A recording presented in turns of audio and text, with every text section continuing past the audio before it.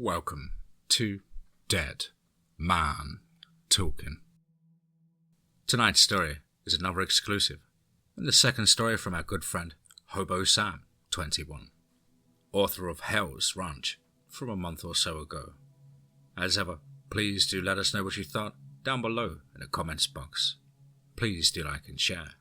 Well, it really does help build the channel and our community further. And why not hashtag TeamFEAR and DMT's Cryptid crew. And so, with that aside, let's get into tonight's story, entitled The Cabin in the Snow. Let's get straight into that.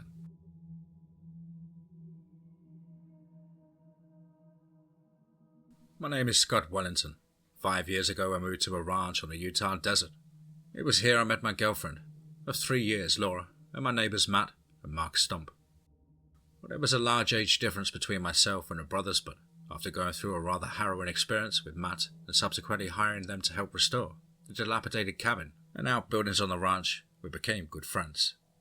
Matt owned an automotive repair shop that specialized in off-road vehicles, while Mark stayed with the family goat farm, where he and his mother harvested the meat and made their own cheese.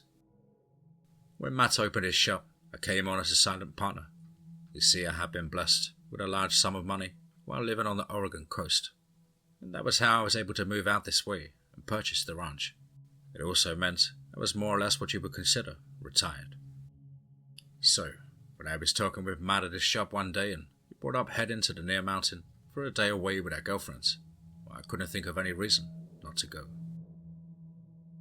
I know this gorgeous trail that leads to an open meadow, said Matt.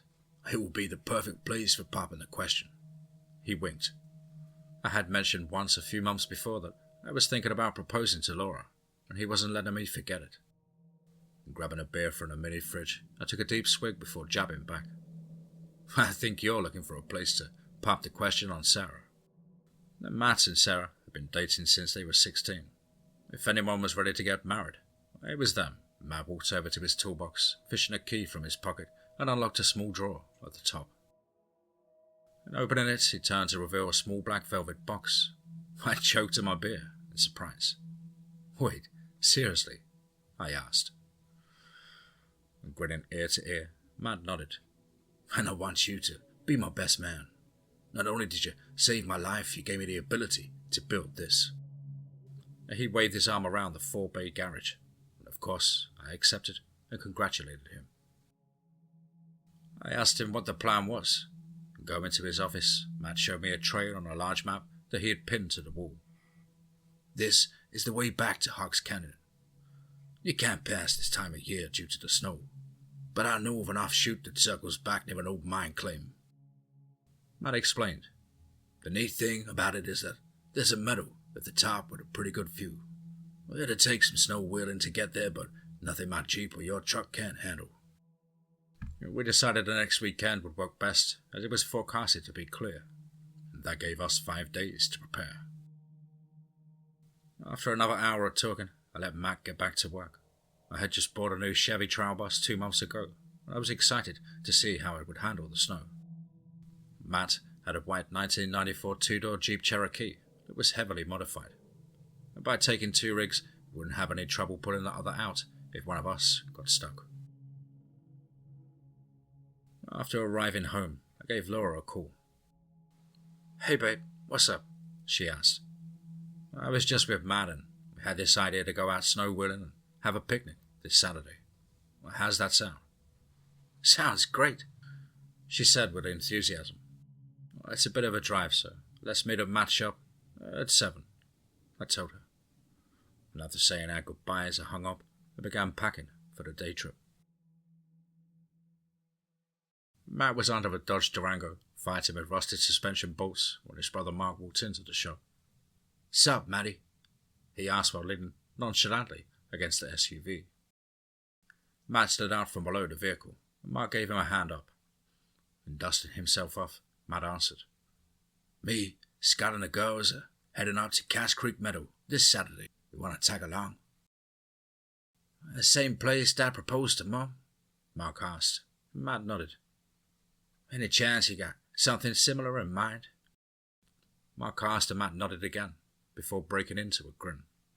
Mark laughed. Shoot, yeah, I'll tag along. You need someone there when she rejects your ugly face. Matt threw an oily rag at Mark. Be here before 7 this Saturday.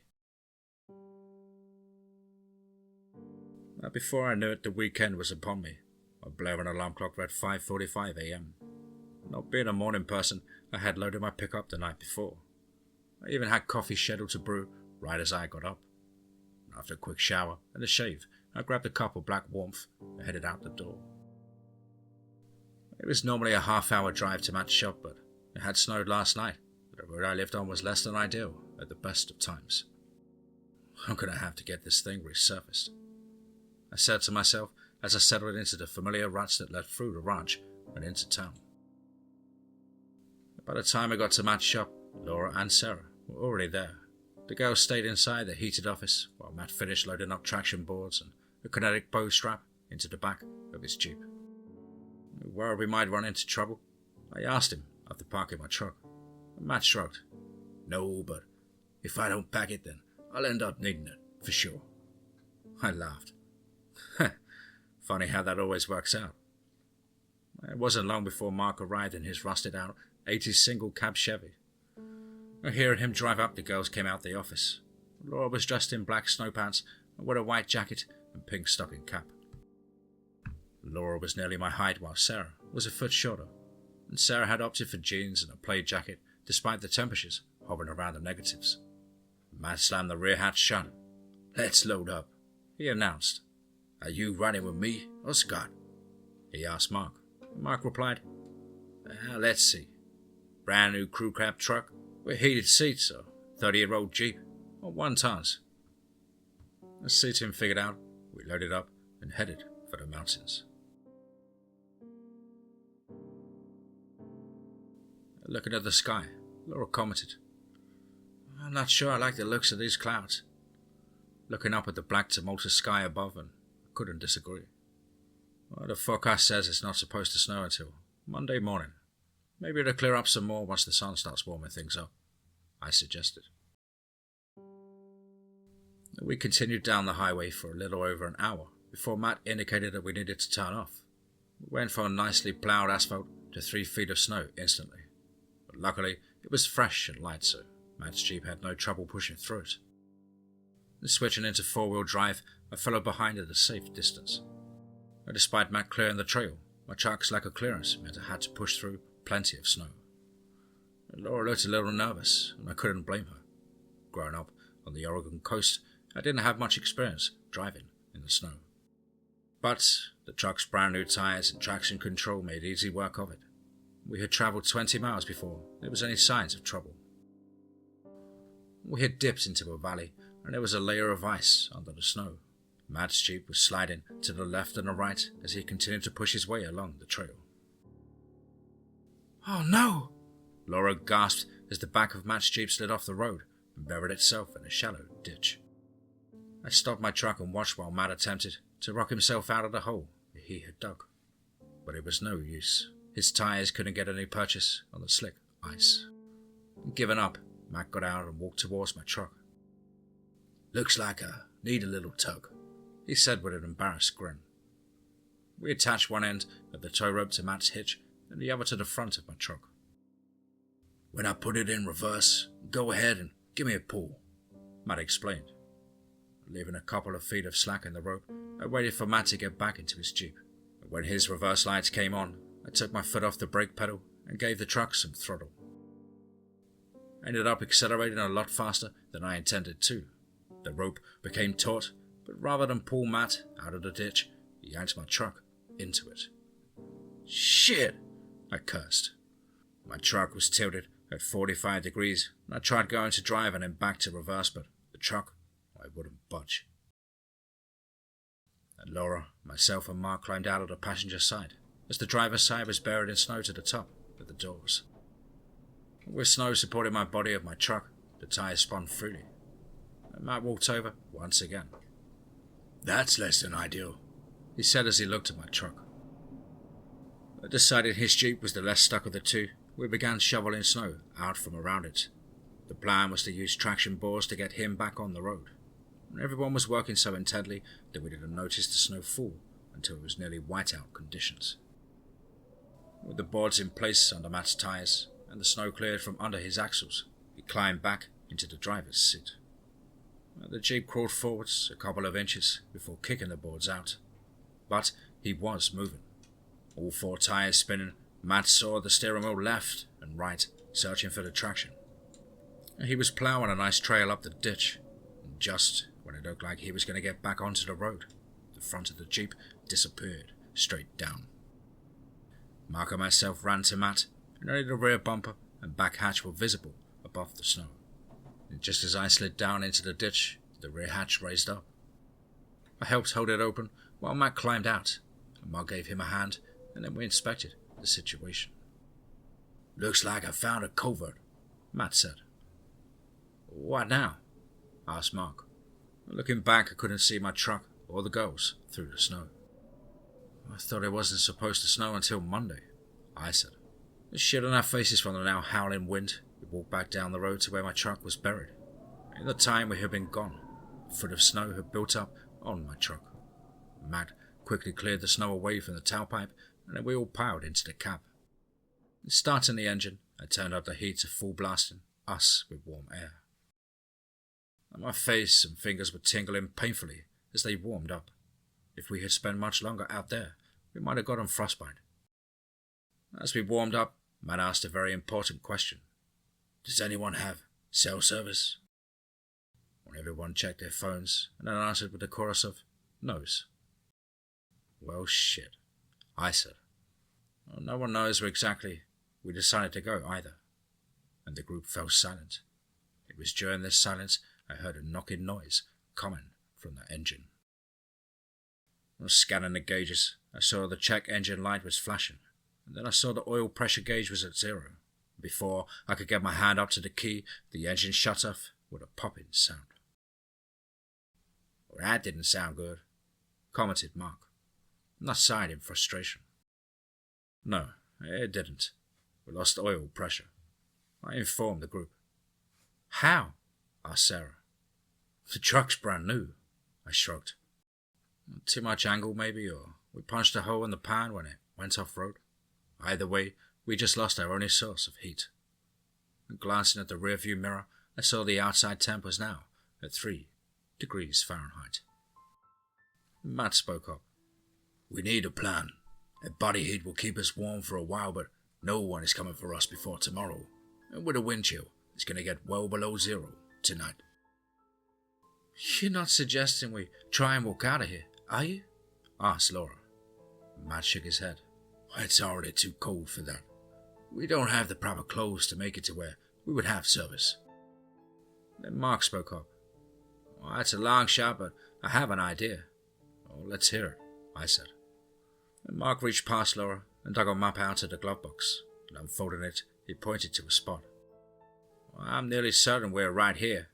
There's only one creek that crosses the road in this area, and Matt found it with his sheep." And tracing his finger up about an inch, Mark pointed to a spot to the north of us. "If we go straight up the hill to our left, we should run into Scooter McCrae's mining claim. It's been abandoned since he went missing, but there's a cabin there where we can take shelter."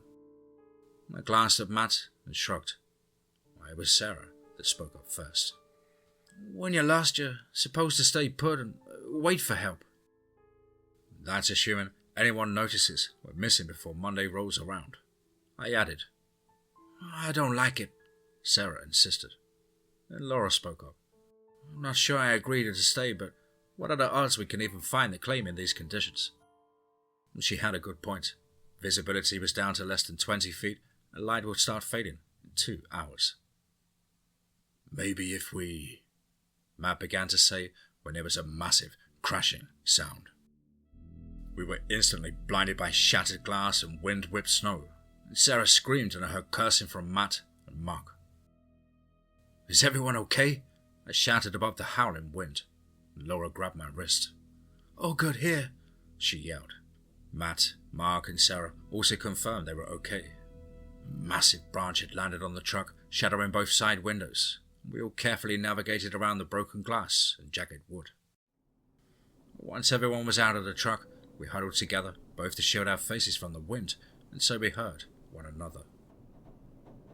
"Well, I think staying in the truck is out of the question," Matt shouted over the wind. I nodded in agreement. Even Sarah agreed we needed better shelter.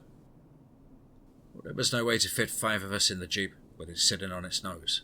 And even if we could fit, we wouldn't be able to start it, so we would freeze. I could feel the cold biting into my earlobes painfully. "Let's get what we can from the vehicles, and then we head for the mine," I said decidedly, and no one argued. Matt made his way to his Jeep, with Sarah following close behind. Mark volunteered to climb into the truck, and he emerged with our cooler of food. Movement down the road caught my eye. Peering intently through the blinding snow, I thought I could make out a figure standing there. Was it Matt? I thought. No, he should be in the other direction. Unless I got turned around.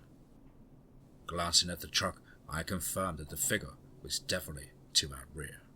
The opposite direction Matt had gone in. I took a step closer, squinting into an attempt to see more clearly. The figure sidestepped towards the edge of the road, still just a faint outline against the blinding whiteness. "Hey, Scott!" yelled Mark, causing me to jump. I looked over to him, and he tossed me a flashlight. Catching it quickly, I looked back down the road, and there was nothing there. I felt an icy chill slide down my back. Instinctively, my right hand dropped to the comforting bulge on my hip. After my previous experiences in the Utah wilds, I never left home without my .44 revolver. Laura placed a hand on my shoulder. "What are you looking at?" she asked. I shook my head. Nothing. And smiling at her, I asked, "Are you ready for an adventure?" And she laughed. "I better be. Looks like we don't have a choice." Matt returned with a backpack and a tow strap. "Everyone keep a tight hold of this while we go. We also do check-ins to make sure no one gets left behind." With Mark leading the way, we began our scramble up the embankment. The snow and ice slowing us greatly. On the bright side now that we had more trees surrounding us, the wind, it wasn't as bad. One foot after another, I dug my boots through the heavy snow. Laura and Sarah were behind me with Matt taking up the rear. And after what felt like hours, we hit a sheer rock face. Mark followed it for a short while before whooping in triumph. "Down here!" he yelled, and sure enough, the rock face split, revealing a canyon 40 yards wide and longer than we could see. Built into the side of the cliff was a Scandinavian-style 2-room log cabin with a large covered front porch. And enjoying the shelter of the porch, Matt and I began inspecting. At first, Matt knocked on it. The thick spiderwebs covering the entrance had showed that it was likely empty, but it still felt wrong to just barge in. We tried pushing the door and then pulling, but it wouldn't budge. It was Laura that noticed the cord first. It hung down 6 inches above the door. "Maybe that does something," she suggested. Matt reached up and pulled it down a foot. He then released it, and there was a loud thump on the other side of the door. I pushed, but the door still didn't move. Matt pulled the string again, and this time I pushed the door while he held it. It moved inward slightly, and pushing harder, it began to swing. It was hung with leather hinges that had grown stiff with age. With Mark's help, I opened the door fully. We all rushed in to escape the cold. Matt closed the door behind us. A large board fell into place automatically, locking the door as soon as it was fully closed. With the door shut, it was too dark to see. We pulled out our phones and used the lights to search the interior. It was dusty but uncluttered. In the centre of the room was a large wood-burning cooking stove. There was a couch against the far wall, along with a rocking chair. The main room was a kitchen and living room, all in one, and with a back room carved into the rock, just large enough for a single cot and a small safe. I went through the cabinets, finding unexpected pots and pans. I struck the jackpot under the sink. 2 lamps and a gallon of kerosene. While I struggled to get them trimmed and lit, Mark worked on freeing up the chimney flue, and Matt was splitting wood with his camp knife. And before long, we were all sitting back and enjoying the warmth of the wood stove and the light from one of the lamps. And Laura had divided the food up into 2 days' worth of meals. And with the snow outside, water wouldn't be an issue, and the wood box was stocked with a week's worth of firewood. How long do you think it'll take someone to find us? Asked Sarah, and Matt answered. Well, no one will notice I'm gone until I don't show up at the shop on Monday. Mum will figure something's wrong when she sees I haven't fed the animals in the morning, Mark said. So, one night for sure before anyone starts looking, I said. Be a couple of days after that before they figure out where we went, more if the storm keeps the choppers grounded, I added. Laura pulled out a deck of cards. Well then, let's keep ourselves occupied. Poker anyone? She asked. Strip poker? Suggested Mark, earning himself a kick to the shin from Matt. A few hours went by. I was entertaining myself with the Google dinosaur game, while Laura and Matt battled to see who was the Texas Hold'em champion. A new noise caught my attention. A new noise had caught my attention. The wind had died away a while ago, leaving us in near silence. The noise repeated itself. Straining my ears, I listened closely. It had sounded like a board on a front porch creaked, similar to how it would sound if someone had stepped on it. I jumped as Matt slammed his hand onto the table. Full house! Read 'em and weep! He yelled. Not bad, said Laura. Then, while placing each of her cards facing up on the table, she added, Not as good as a straight flush, but not bad. No way, yelled Matt. Sure enough, she had beaten each of us with ease. And with all the commotion distracting me, I almost didn't notice the lock bar on the door slowly raising. And hard racing, I jumped from my chair and slammed the back bar into its slot, and then pulled the cord into the cabin. Immediately, there was an enraged roar from outside the door, followed by 2 thunderous blows, rocking the door on its hinges. I drew my revolver and aimed it at the door while backing away, and heavy footsteps led across the porch, followed by silence. A few minutes later, a distant roar could be heard. Okay, what the hell was that? Asked Mark in a terrified voice. And don't anyone say a bear. Bears don't open doors and walk around on 2 legs, he added. Laura glanced at me. Unless it's like the bear you and Matt dealt with on the ranch, she said, and the thought of that night sent an icy shiver down my spine. I really doubt it, I told her. Better not be, said Matt. We don't have the firepower to bring something like that down. Maybe it's the ghost of Scooter McCrae, coming back to punish us for trespassing on his claim, suggested Mark, and Sarah shook her head. First off, ghosts don't exist, and secondly, Scooter was the sweetest old man ever. Whatever it was is left, and now we know to keep the door locked, I said. Let's get some rest and sleep in shifts, I suggested. The others agreed, and I took first watch. Laura stayed to keep me company for a while before I sent her off to get some sleep, and her and Sarah shared the cot in the back room, covered with a wool blanket. I was dozing in the rocking chair, knife in hand, while Mark was gently snoring on the couch. My eyelids heavy, I walked around the room. And despite the long day, my brain was working overtime, trying to decipher what had happened. Could the figure I had seen down the road be responsible for the roars? The cabin itself seemed well fortified. The floor was stone, and the walls over a foot thick. And there was 2 windows, but they were barely 6 inches tall and only a foot wide.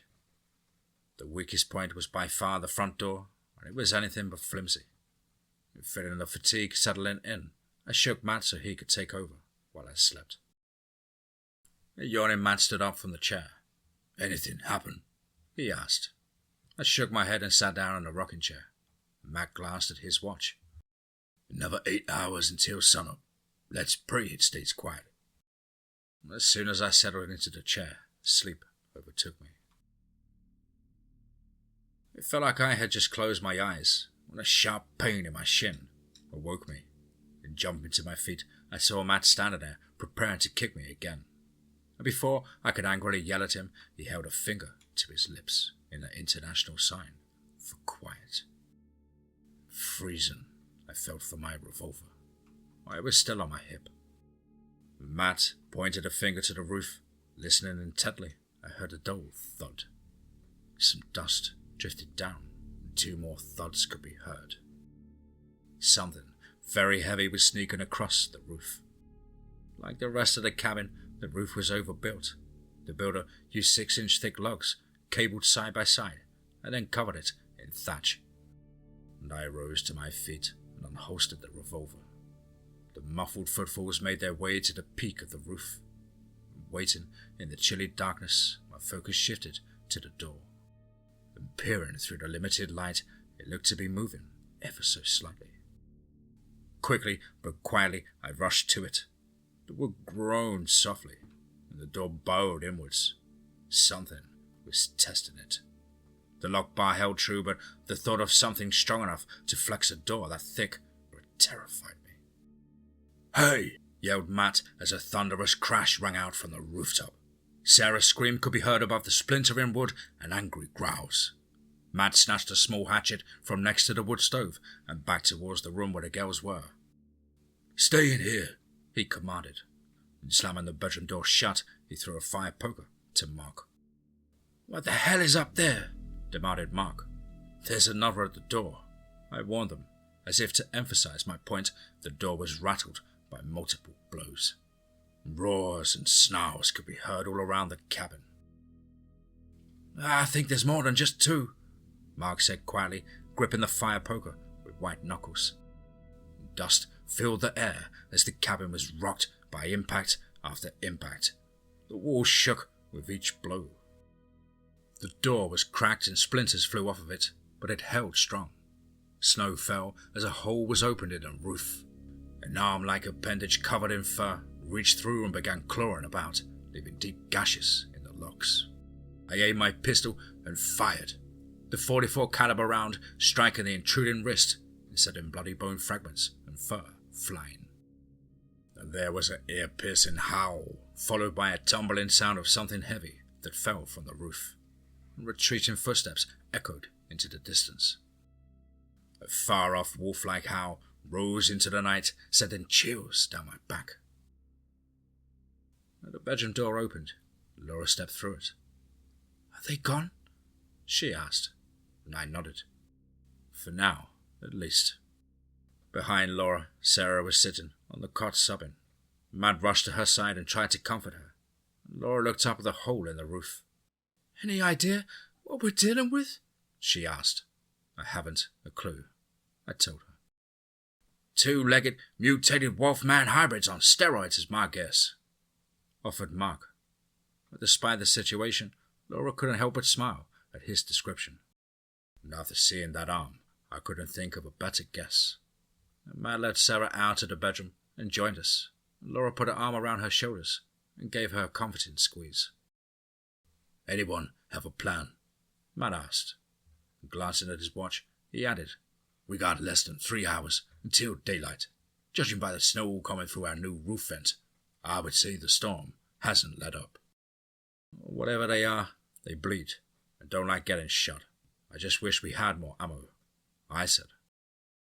"You've handled things like this before, right, Matt?" Sarah asked, and I noticed there was a hint of panic in her voice. Matt shook his head. "Not really. That was something different, and we were as prepared as we could possibly be." Mark shivered. "First things first, let's build the fire up a little bit," he said.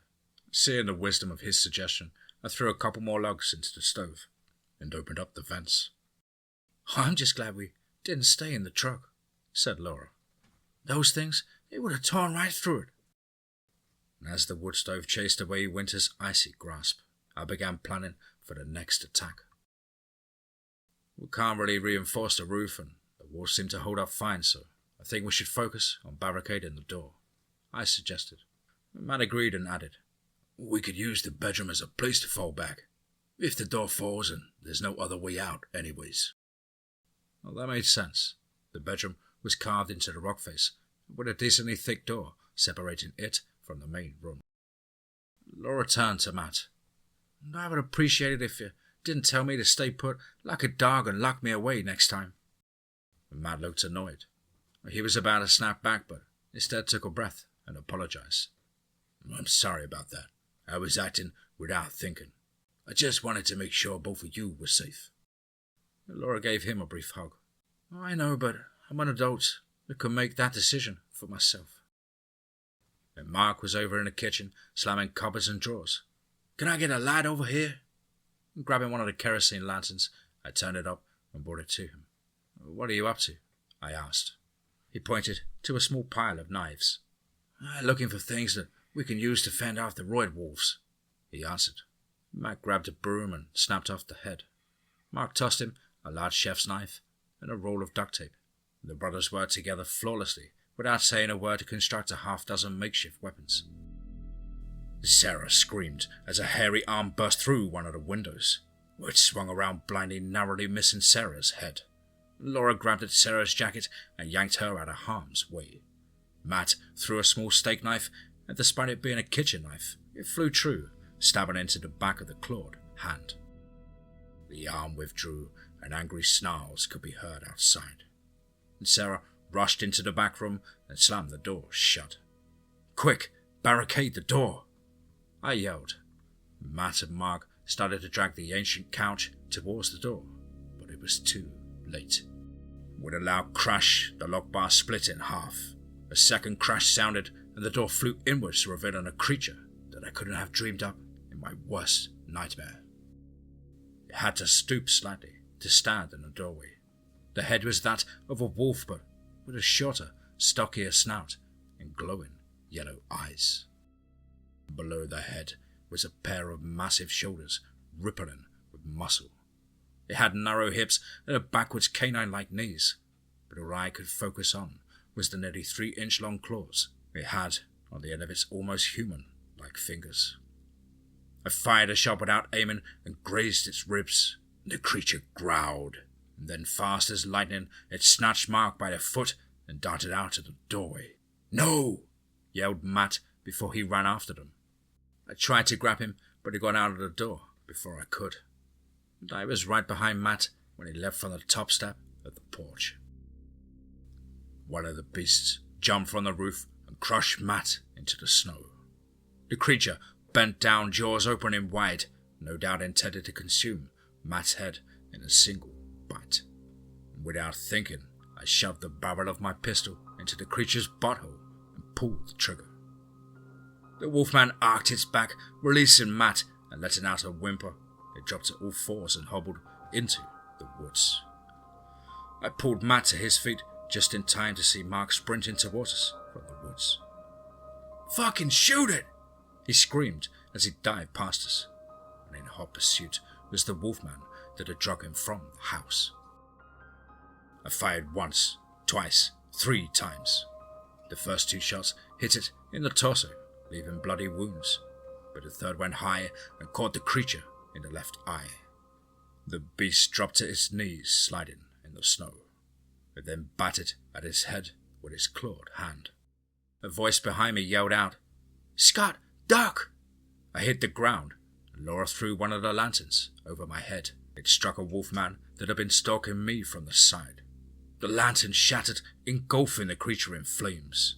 It screamed and howled as its fur ignited and its flesh began to boil off. Matt and myself stumbled back into the cabin. Mark slid the couch into the doorway, and Matt, Laura and I piled everything we could on top of it.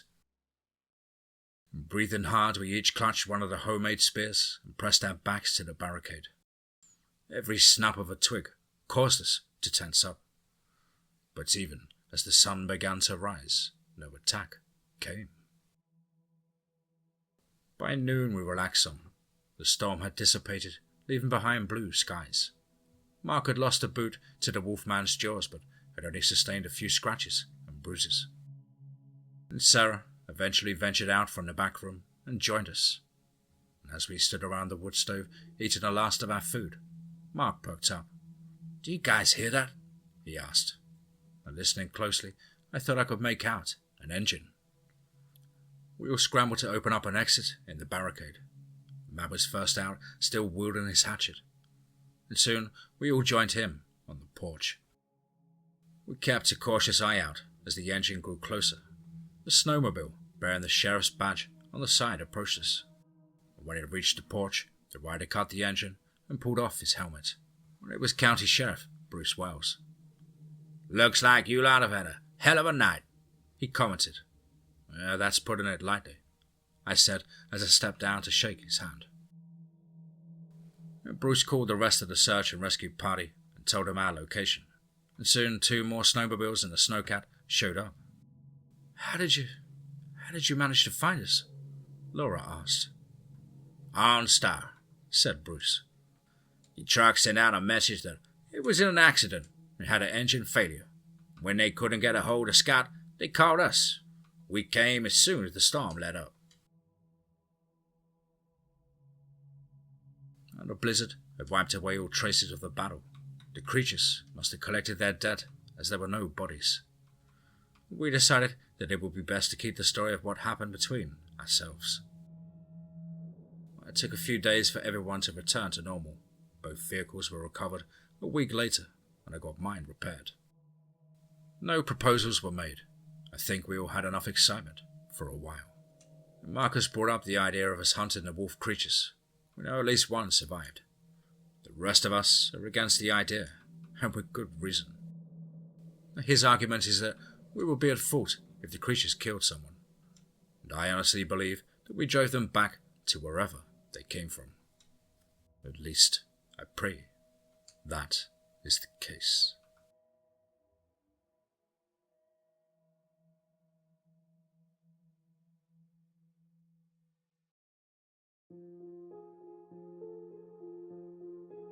Wow. Certainly another one. Wow. Absolutely chest-pounding, riveting story there from our good friend HoboSam21, exclusive to the DMT TeamFEAR channel.